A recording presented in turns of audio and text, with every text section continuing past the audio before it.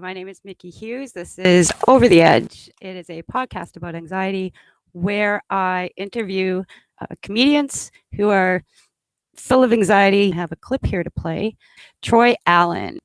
My friend Jennifer has some kids, a couple of teenage kids, and they're kind of being assholes right now. She called up the other night to vent about it, and then she just stopped mid-rant. She's like, I don't know why I'm talking to you about this shit. You don't have any kids or a wife or love in your life. You're going to die alone. Oh, damn. That's not true. I'm not going to die alone. When I die, I plan on taking a lot of people with me. Hi, Troy. How are you? Good. How are you doing? I'm good, thanks.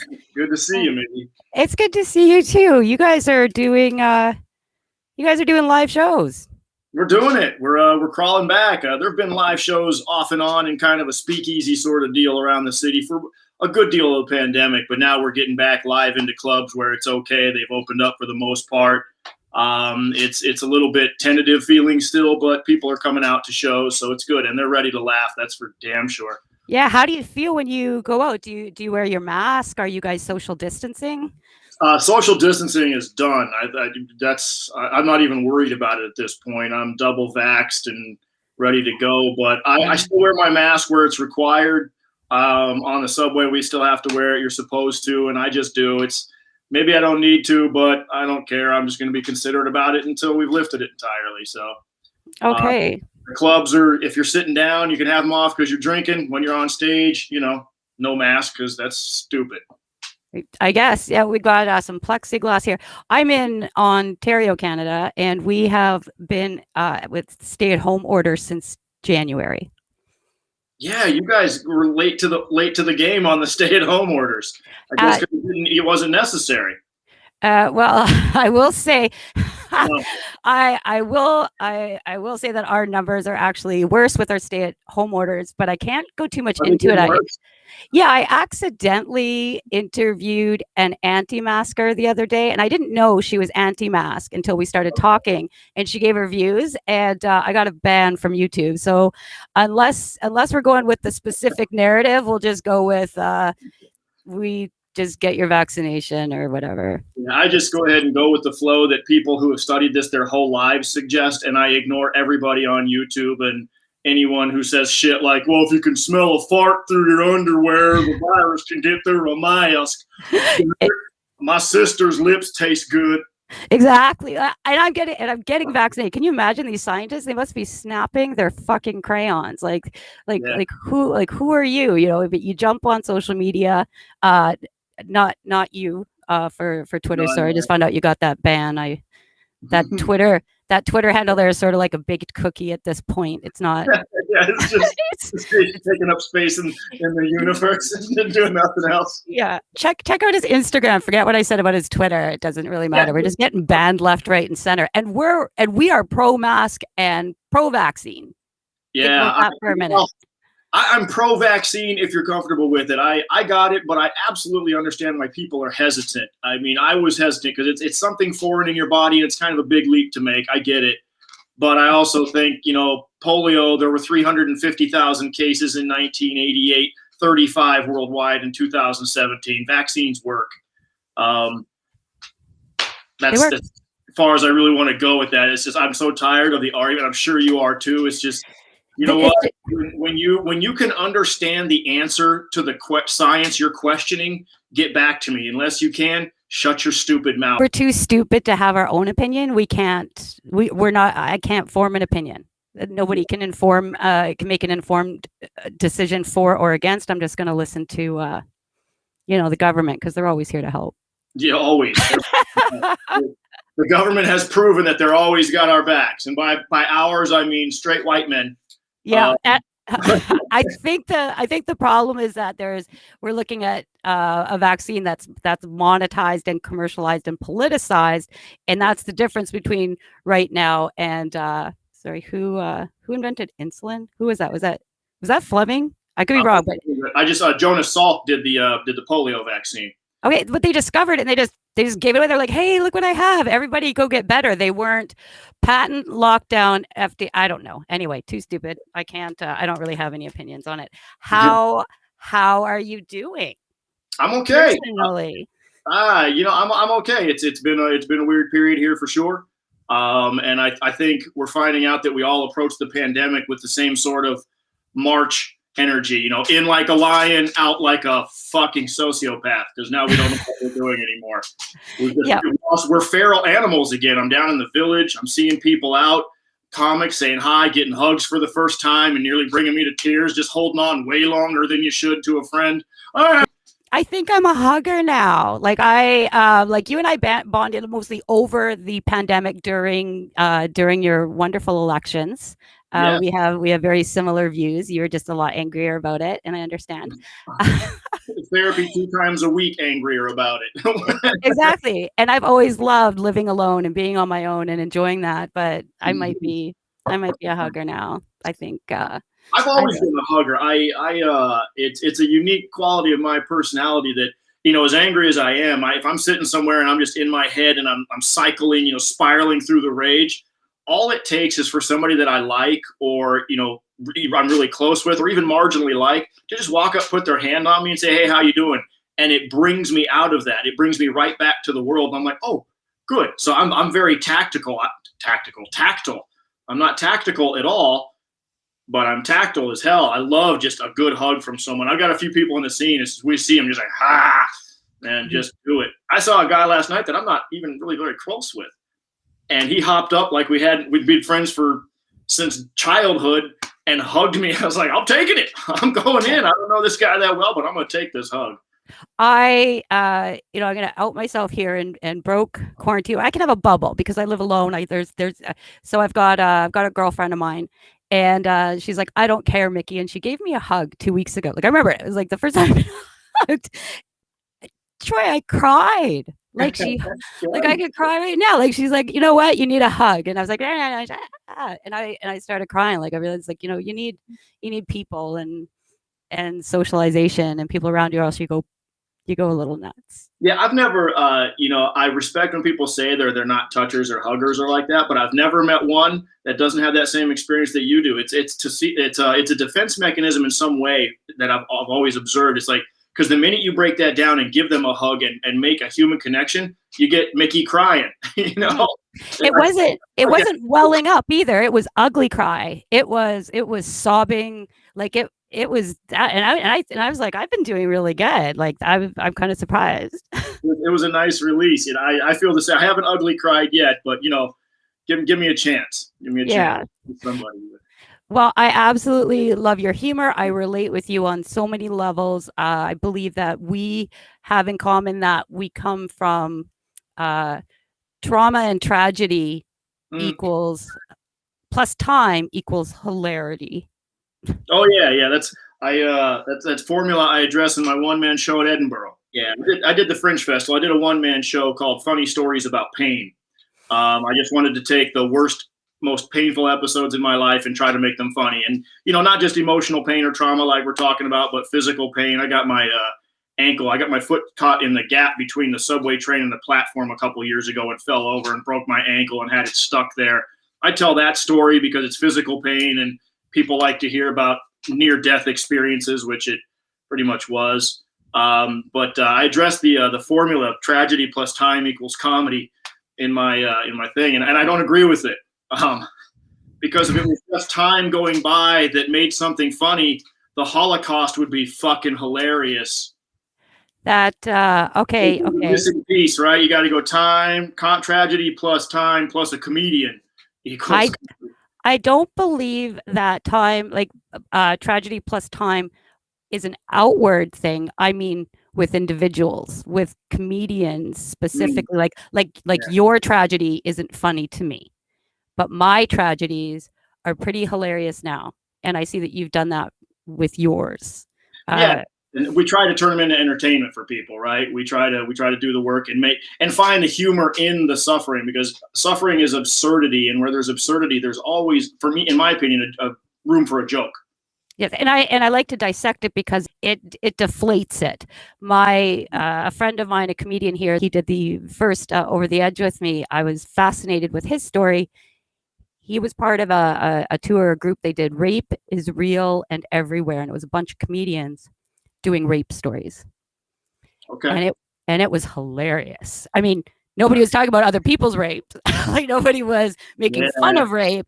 They were talking about their own stories and putting these spins on it. And by, you know, halfway through every set, you didn't even feel bad laughing. You're like, that's a disaster. But yeah, you know, if you can laugh, what else is there to do? I mean, they've done the crying, they've done the work.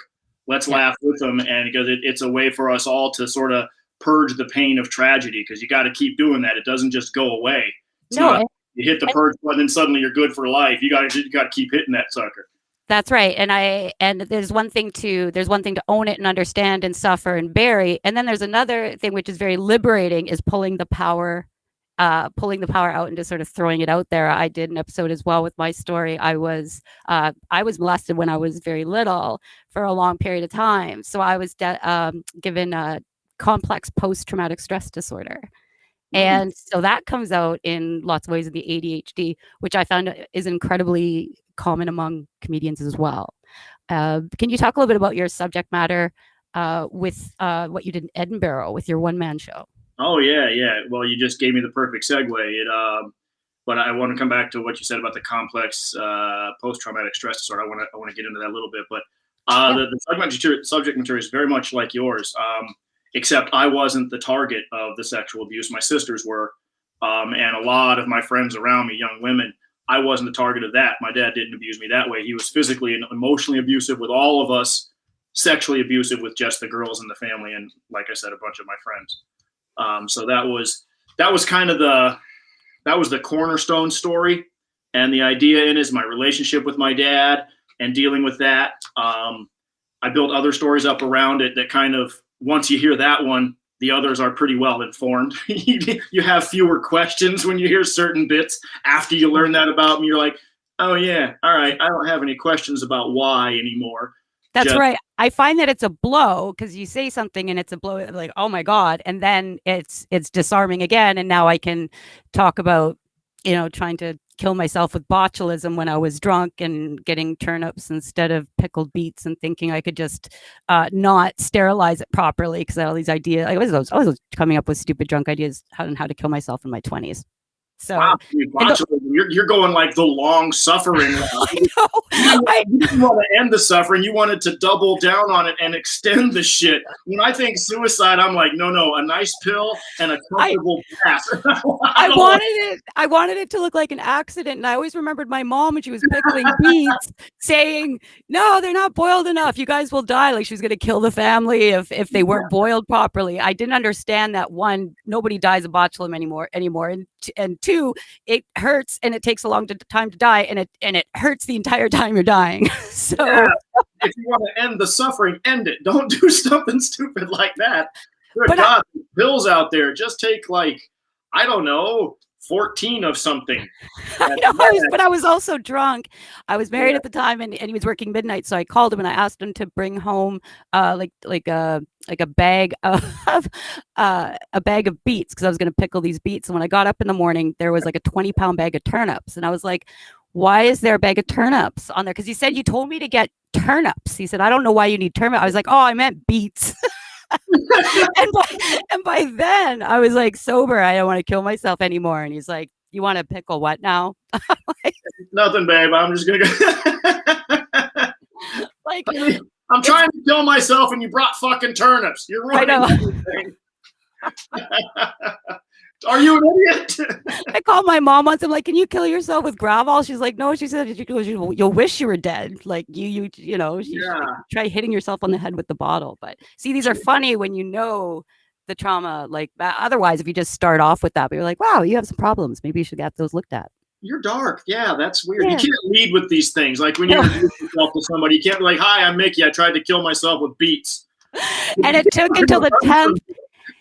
It took until the 10th episode for me to pretty much give anything of myself. People were coming on and they're just being so open. And I think, wow, that's a real vulnerability. So I just thought, you know what, whatever, I'll throw my shit out there too. Where, you know, it's not a competition, and there's certainly something wrong with me. And now everybody knows why. Well, yeah, but there's no shame in it. I think the thing that keeps us talking about it is our Irish Catholic sort of bullshit backgrounds, you know, shame for everything that makes you human, and be proud of the things that absolutely fucking don't matter. Absolutely. At all. in any way. I'm a virgin. Good job. You've denied your humanity and diminished your experience of life. Yeah, congratulations.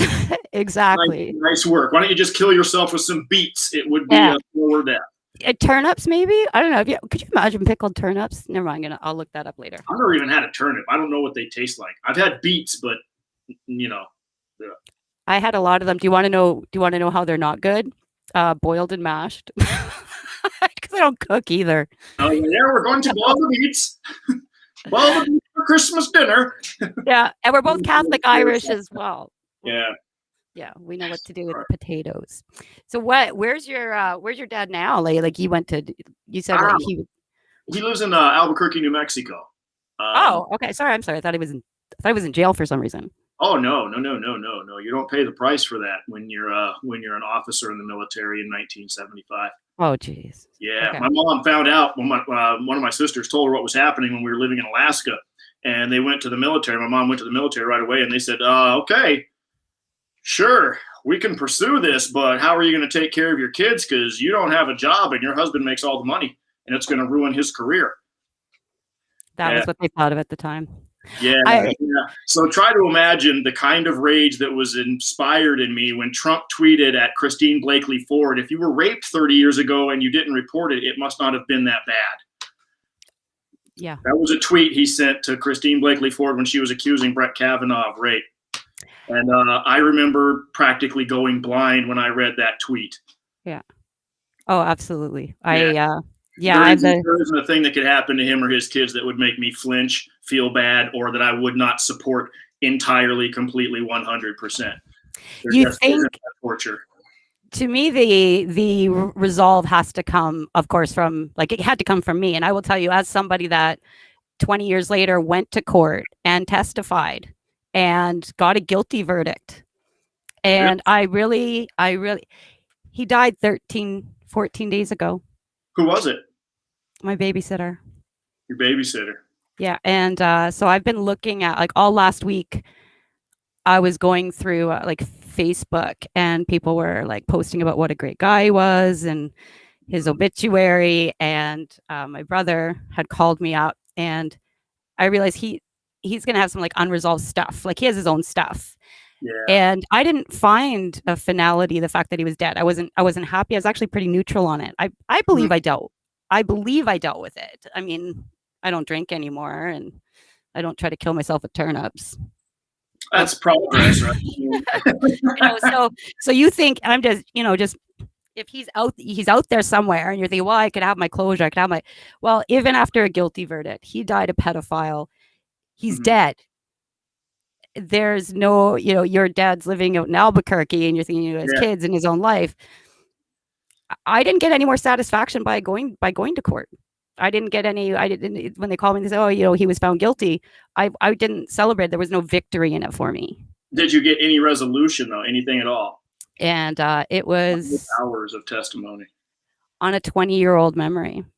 So it took a really. You know what? I'm going to tell you this, because I know that what they hate with podcasts is when they say, "I'm going to edit this out," and they don't edit this out. But I might actually just edit this out. But I destroyed that defense, or the attorney. I destroyed him. What happened is, because you're thinking how did you do it? You were 20 years old, or it was a 20-year-old memory. The guy he was walking in an emotional minefield, and he didn't even know it. How do you prep for this? I didn't prep for this. He said, you'll love this. He said, does your memory get better or worse with time? And I said, it would get worse. That's what I would think. And he said, what did you have for lunch last Wednesday? I said, I don't know. I wasn't molested last Wednesday. Good. Yeah. I just shut him down. He said, well, you told the police he was circumcised, and he's not circumcised. And wouldn't, if your memory's so good. I was like, I never saw him when he wasn't erect. I still, I'm an adult woman. I might even have it. And the judge was just oh, and the court reporters, they were typing, they were looking. They were, the attorney even asked me, said, look, have you been counseled? And I said, I have been counseled.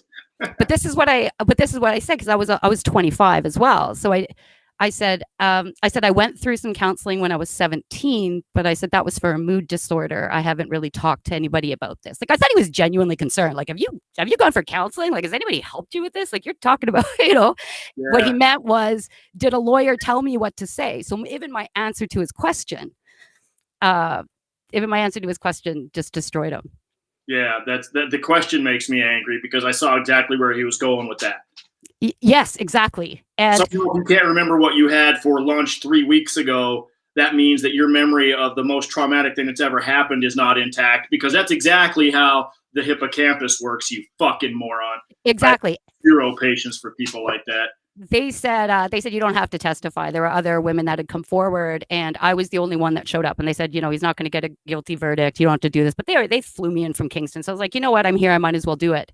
The fact that a guilty verdict was received was amazing. Yeah. So how many were there other girls that testified or kids? They did not testify. They came forward, and then they dropped her, and she was addicted to drugs. And I was like, well, why? That's the most. That's actually. Ever. Yeah. That's actually she didn't feel, and again, she didn't feel credible. So I was the only one that ended up showing up. I don't feel you're not a credible witness because you're showing all of the signs of trauma inflicted by someone when you were young. Exactly. What happened there? What happened? Yeah, exactly. Well, why would you be like that? But I was there, and I was dressed nice, and I was professional. And my dad was there, and he goes, "Why don't you take off your jacket?" I said, "Well, is his lawyer going to take off his jacket, because I want to be on." Like, I was ready. Yeah. I mean, I became a raging alcoholic after that, and had to seriously. I went into the trial not an alcoholic, and then I went to rehab more times than Lindsay Lohan. So you are very expressive with your social media. You have no qualms saying exactly how you feel and your stance on politics, on comedy, on everything. What has been your outlook? Like I don't think that you've always appeared like this stable and together. Like, you're absolutely hilarious. You're so funny. But I know that you said that you've battled with depression. At what points in your life, like, did you have ups or downs? Have you ever been to the edge? Well, yeah, absolutely. It's interesting because immediately after my parents got divorced and I found out all this shit, I was 16 years old, and all that I took it for, because it was such a shell shock. I had no idea. When my mom told me my parents were getting divorced at 16, I had no clue what had been going on in the house. I went to my mom one day and I was kind of waxing philosophical. I said, well, look at the bright side. You're just getting divorced. Nothing bad happened in the family. You and dad just don't want to be together anymore. And then she just went, are you sure about that? And then she dropped the bomb, and I wandered off, found marijuana, and started getting in a little bit of trouble, and said, this is what I'm going to do for a while. So my immediate response was just to disassociate from it and attract as much attention as I could by getting into any variety of trouble that I could. So you're the troubled comedian that pulled humor out of, like, what did you do? Like, were you like? Well, I didn't really pull humor. I pulled merchandise out of stores. I was gonna say what kind of crimes did you commit? Like, or what did? It was all just petty theft, stupid shit, just acting out. A guy that I admired in high school, I wish I could remember his name, Mark something. He was on our soccer team. He was one of the star players, and he was genuinely a nice guy. His parents were getting divorced, and we spent some time just talking about that. We kind of bonded, and he was doing some stealing, just some low-level stuff. And my friend Teddy told me about it. He's like, yeah, dude, Mark Gordon. He played pro soccer for a while. He said, yeah, Mark Gordon stole like $100 worth of stuff from the mall today. And I was like, $100, you say? Let's go to the mall. I came home with $250 and stuff the first trip out. I just started stealing. You're not old enough, but Spuds McKenzie was a thing in a Budweiser advertising campaign. It was a dog. And it was a huge fad for a while, the Spuds McKenzie shirts. I remember. I'm 44. I remember. You're not as much younger than me as I thought, so much younger as I thought. Yeah. But I was stealing those and selling them at school. And I would go to the mall with a list of sizes, colors, and styles, go into Coach House Gifts, arrange them on one shelf, leave, come back later with a bag from another store, just throw them in there, take them to school the next day, sold them for $5. And I sold them to my English teacher. She wrote me a check. and then something happened where you stopped stealing. right? Like what happened? You're like, no, I'm going out this week. Actually, down Yes, here. I stopped stealing. That's what I did. I just stopped. Did you ever get arrested, or did they Oh ever? yeah, I got busted because I got a little crazy, got a little brazen, and one day I got busted stealing a Georgetown sweatshirt. And it was I had resolved in my own brain that if I'm going to get caught, I'm gonna go down. I'm gonna make it a big scene.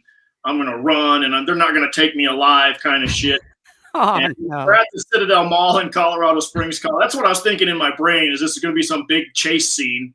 And we're at there's a mall, and about half a mile up the road from this mall is our favorite record store called Independent Records. And we agreed. I said, all right, if something goes down, we split up and we meet back at Independent Records. Okay, great. I'm sorry. So now it's like, I'm sorry. You were like with a group of people, and that was. Yeah, my friends would drive me to the Citadel Mall, and they would kind of like watch out and go drive the car around and not be involved in the stealing. Okay, fine. So I was in doing my thing, and I'm walking out with my buddy, and we noticed a security guard had seen me. And I said, shit, Teddy, that security guard saw me. When we get to the top of the escalator, break left, I'm going to go right. We don't know each other. Teddy broke left, I broke right. When I got to the door at the mall, the cop said, hey, freeze. And I said, fuck you, and took off running into the parking lot. I had a couple of other shirts tacked into my jacket. You're still holding on to your shit. Yeah, it's all stuffed in my jacket. I'm holding on to it. I'm a 16-year-old soccer player, so I'm fast as shit. And I'm running through the parking lot, ditching through cars, and I heard him hit at least one car trying to catch me. I'm throwing shirts out, going through the parking lot, and my focus is Independent Records. I am turning right, and I'm heading up there. And when I come around the corner, this cop car cuts me off, almost hits me to slow me down. He wasn't trying to hit me. He was just doing what a cop does. I kind of jumped over the hood, lost my balance. He got out and then body slammed me to the ground like I was a dish towel.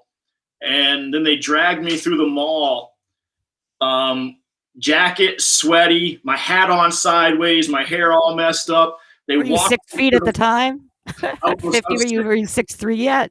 I was about 6'1", 6'2" at the time, but I was 180 pounds maybe, so I was a really skinny kid. And we're walking through the mall, and it was the place where the kids went.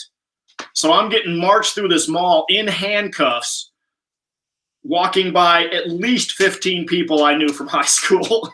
Just head down. They're going, Troy. I'm like, hey, how you doing? I'm here. It's me in cuffs. We knew it was going to end up here. And I think that was the first time. Yeah. Oh, you're like me. You needed to learn a few times. I went to rehab 5 times. There was one, I liked it so much, I went to the same rehab twice. So you got arrested. How many times did you get arrested? 9. Wow. Yeah. I got arrested on Easter morning on my way to church. Did you say you were on your way to church? Because I was on my way to church Easter morning. My buddy after high school, a guy named Jerry Trevino, he's now a Pentecostal pastor. He's kind of a hellfire and brimstone guy. And shortly, it was right about the time he was getting back into the church from the period of time when we hung out and did acid 9 times in a row. So now he's finding God. So we're on our way to church, and you got to try to picture this because I drove a 1972 Chevelle with a primer job, just primer on the body, and $1,000 worth of rims and tires because that's how you had to do it. And also a kick-ass stereo system. And I'm ready to go to church. I'm dressed in a pair of Z Cavarici baggies with a silk dress shirt, a leather jacket over that, gold chains around it, hair down to here, and my fingernails were painted black. Were you like, I hope I didn't get any Bondo from the car on my jacket? Yeah, it's like, this is as sleek as I can be here. This is dressed up and ready to go. And we were going to Jerry's house. We'd been out partying the night before, and we were at my house, and I was driving to Jerry's house so we could change and we could go. And there's Jerry's house is here. There's another house right here, and then the intersection's right here. I pulled up to this intersection, and there's no traffic. It's Easter morning, so I just snuck around, pulled in tight, and parked. Technically, I ran the stop sign. We call it a California stop, right? You just kind of roll slowly through it, and then I parked. Cop throws his sirens on, woo, pulls in behind me like he had just pulled over a bank robbery suspect or something. And he gets out, and he comes up to the window, And he says, give me your license. He just gets right in my face like that. And I'm like, no, I just pulled over here. I'm not giving you my license. He said, give me your license. I said, no, I'm not going to. Get out of the car. Fine, fuck you. I'll get out of the car. I'm 19 at this point. And he gets right in my face and starts pointing at me. He starts poking me in the chest. No, no. I didn't like that. So I slapped his hand, grabbed him by his uniform, and body slammed him into my car. And then his partner rushed me, and I threw his partner into him and kind of pushed him up against the car. And then they wrestled me around to the front of the car. And in my mind, what's happening here is I'm not being arrested. They're trying to get my ID. That's what's happening in my head, because the whole time I'm sprawled out on the hood of my car, I'm holding my ID out and going, you can't get it. You can't get it. And then I dropped it. You're like, give me probable cause. Like, yeah, they didn't have anything. And I spent 12 hours in jail for that. Not surprised. But the guy's badge fell down and I stomped on it. His glasses hit the ground. I stomped on them. So one of those days. So do you think maybe you have a issue with authority? Oh yeah. I've never. I will respect it to the end of days if I respect the person and I like the person and I think they're genuinely interested. If it's somebody I sense as abusive or anything like that, nah, fuck you. I don't care about your authority. It matters not at all to me. Yeah, I already. I think most people are like that though, but I also just don't like people lording over me. I think people are like that where they grew up, where, you know, either female or male figures, where they felt that there was an abuse of somebody at that level. I mean, especially when it comes from a parent, you're gonna have problems dealing with male authorities. Like, not to like psychoanalyze or anything. That's something that I learned, that actually you're just like, I think everybody's like that. No, Troy. I don't think everybody's like that. I assume everybody's like this because, I mean, who would like authority? I mean, really, who's deferent to it? I don't know, somebody in a stable upbringing. And we'll see, they're missing out on all the fun. I got to go to jail on Easter morning and didn't have to go to church, so that was a plus. That is God saying, hey, you're not welcome here, so I haven't tried to go back to his house since. Like, all right, that's fair. Did you, what happened later? Like, did you get married, have kids? No, I've never been married. I've been close once. I think really close, and that was a girl that I dated in DC. But, you know, my relation, I think I've got, you know, a handful of long-term relationships, but never married. Kids, that's a funny question. Really? Do you want to know when somebody asks me if I have any kids, I go, not anymore. Because I don't, and if I did, they would have been taken away by now, like, for sure. If I've got the nurturing skills of a newt, I mean, I have skills in other areas, right? I saw you posted something not that long ago about, and I don't know if it was satire or it was about a daughter, and I wasn't. Yeah. It wasn't satire. It wasn't satire. It was one of the stories I told in the Friends show. And the joke, I won't do the joke, but basically when I was 18, I gave up a daughter for adoption. And when I was at Fringe, I was telling the story as hey, I don't know where she is, what she looks like. This is why I don't date younger women, because if I do, crowd goes ha ha ha. And then February 7th, I came home. I'd been at the Guitar Center getting strings for my new rock and bass back there, and I had a message from Kelsey Joe, which is my daughter's name. And I knew that, but I also, enough of my friends knew the story that I was like, okay, all right, which one of my asshole friends doesn't have enough to do with their time and decided to write me this message? So I pulled the message up, and then the first paragraph, I was like, nobody knows these details. This is not a gag. This is her. And she sent a really nice message. I still have it, but it's basically, hey, your name is on my birth certificate, and just wanted to reach out and say thank you for what you did when you gave me up for adoption. I have amazing parents. I've got a great life. It's full of love. I'm married, and I've got a great career, and I just wanted to say thank you. Wow. And then I don't want anything from you, which is good because comedian. So I don't have. We can get together. Did you guys talk? Was she like, so what do you do, Dad? Yeah, we've talked several times. We've got a relationship with her now. She's a part of my life, but she had a 16-month-old daughter. That landed a little different because that means granddad now. That doesn't just mean dad. That means Grandpa. Most people have 20 or 30 years to make that transition. I had to do it on my day off, and that's not fucking fair. And she reached out to her mom on Facebook with the same message that she sent to me, basically, hey, thanks for what you did. Just want to know about my birth. Just want to have a few questions. Kim said, I don't check Facebook much. Hit me up on, just send me a letter. Kelsey sends a letter. She gets it back a few weeks later, marked return to sender. Wow. So I told Kelsey, and I said, so here's what we can do, because I don't know that I'm your father. I could be. So why don't we do a DNA test? And we did that. And then we got the results back, and it was 0% probability of paternity. There's no connection between us. And when we got the results back, I'd talked to her enough and gotten to know her well enough that I'd become comfortable with the idea that I now had a daughter in my life with a granddaughter, and that's the way it's going to be. And you know what? Connection is connection. And we've learned that by being in lockdown and like with crying over a hug. And so now her child has somebody extra in their life to love them as well. I think this is a really cool story.